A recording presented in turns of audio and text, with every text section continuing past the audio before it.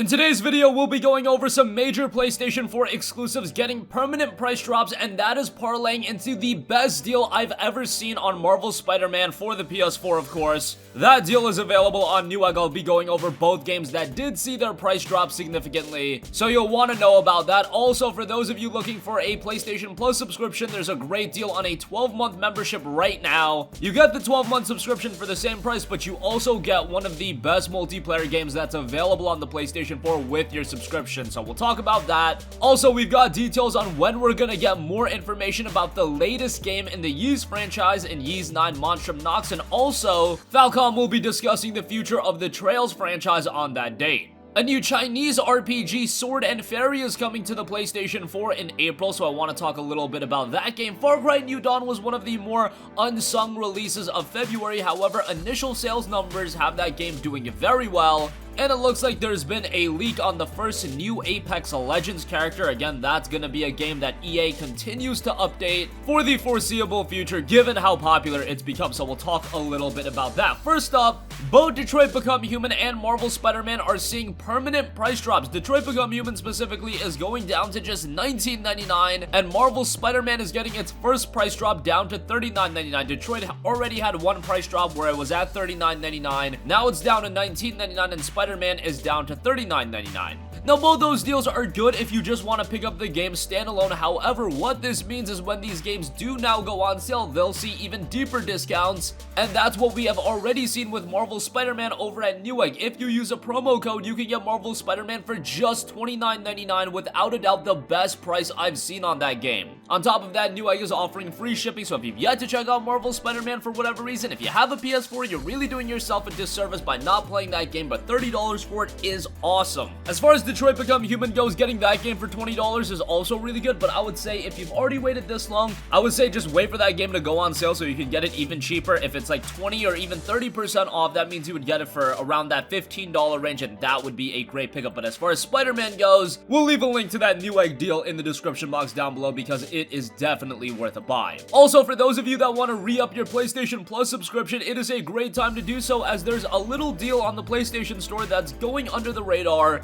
and that is a 12-month membership for $59.99. However, that's the regular price, but you also get a free copy of Tom Clancy's Rainbow Six Siege with your subscription. That game usually goes for around $20, so it essentially puts it in the ballpark of the PS Plus deals during Black Friday when it's available for $40. Not quite as good as getting your subscription for $40 out the gate, but still getting a free copy of Tom Clancy's Rainbow Six Siege if it's a game you've been eyeing anyway. Getting it with a 12-month subscription, definitely not a bad idea, so we'll leave a link to that in the description box as well. That's available directly off the PlayStation Store. Moving on from that, the Ys franchise is getting its latest game in 2019 over in Japan, but I imagine it becoming stateside shortly thereafter, and that is Ys 9 Monstrum Nox. This is a game that, based off the initial footage that we've seen thus far, I am very interested in. It looks like it's taking Ys to a more darker setting, and you'll notice based on the promotional images that have been out at 8, all the typical main character of the Ys franchise is notably absent. That's actually one of the story elements that they've been playing up quite a bit, so that'll play directly into the story. But we will be getting more information about Ys 9 during the Dengeki Game Festival 2019 on March 24th. Not only will we be getting new footage of Ys 9 itself, but President Toshihiro Kondo, president of Falcom that is, will also discuss future development of the Trails franchise. Of course, Trails of the Cold Steel has wrapped up in Japan. All of those games have been released, concluding with Trails of Cold Steel 4 when it was released in Japan last year. Over here at stateside,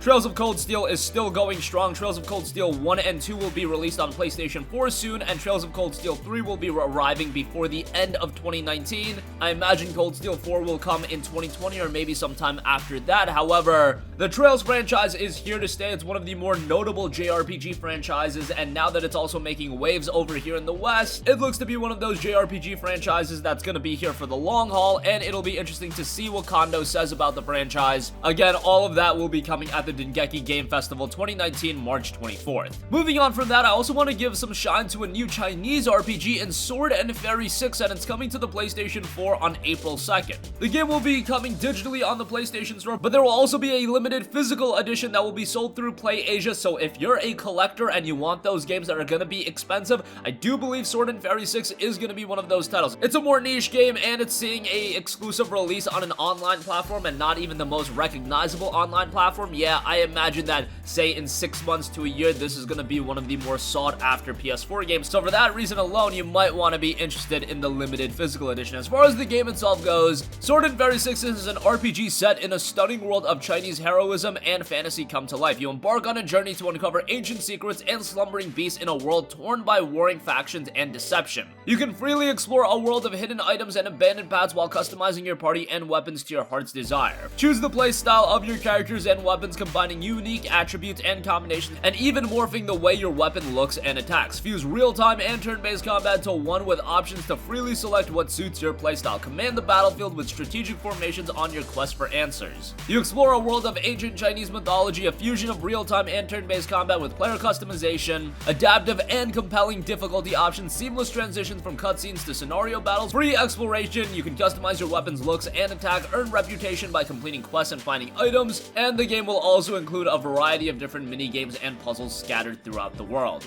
Sword and Fairy 6 will be seeing its digital release on April 2nd, and it'll be available for $26.99. The physical version will be available exclusively through PlayAsia.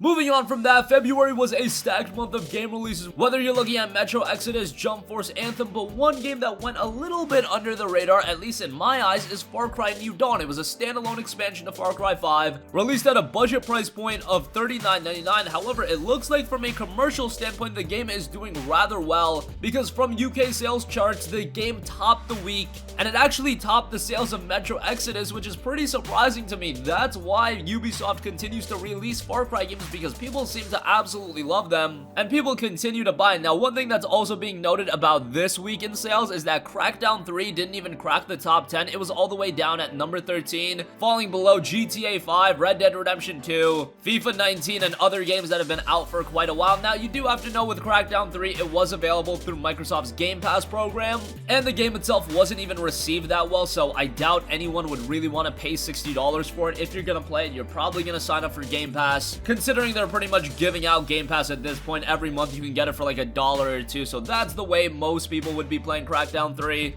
I'm kind of surprised to see it even making number 13. Like, who is actually paying $60 for Crackdown 3? That's surprising to me, but hey, to each their own. That's something I wanted to note as well. But Far Cry New Dawn did debut at number 1, so that's pretty impressive for a game that was essentially a budget standalone expansion. And lastly, I do want to note that the first new Apex Legends character has had its release date leaked. Gaming Intel specifically has found evidence of a potential release date for the first new Apex Legends character, Octane, and it's closer than you might think.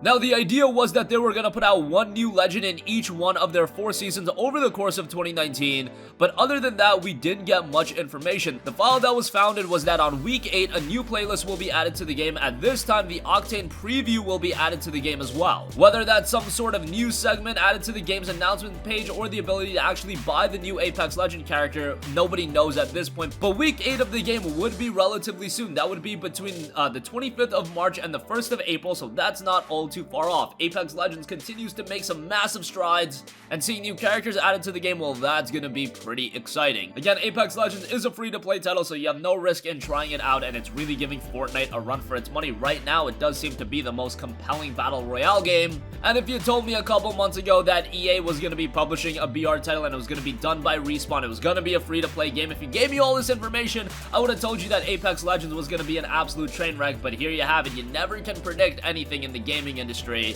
and Apex Legends kind of goes to show that. And that's gonna conclude this video. Again, Detroit Become Human and Marvel Spider-Man have gotten significant price drops. This parlays with the best deal I've ever seen on Marvel Spider-Man. $30 for that game on Newegg is great. For those of you that want to re-up your Plus subscription, 12 months for $59.99, and you'll snag a free copy of Rainbow Six Siege. Use 9 Mushroom Knox will be getting new gameplay footage at the Dengeki Game Festival 2019 on March 24th. The Chinese RPG and Sword and Fairy 6 is coming to the PS4 on April 2nd. Far Cry New Dawn seems to be doing really well, debuting at number 1 on UK sales charts, and the first new Apex Legends character's release date seems to have been outed. It looks to be coming week 8 of the game. That's gonna conclude this video. Sound off with all of your thoughts in the comment section down below. Thank you for watching, and goodbye.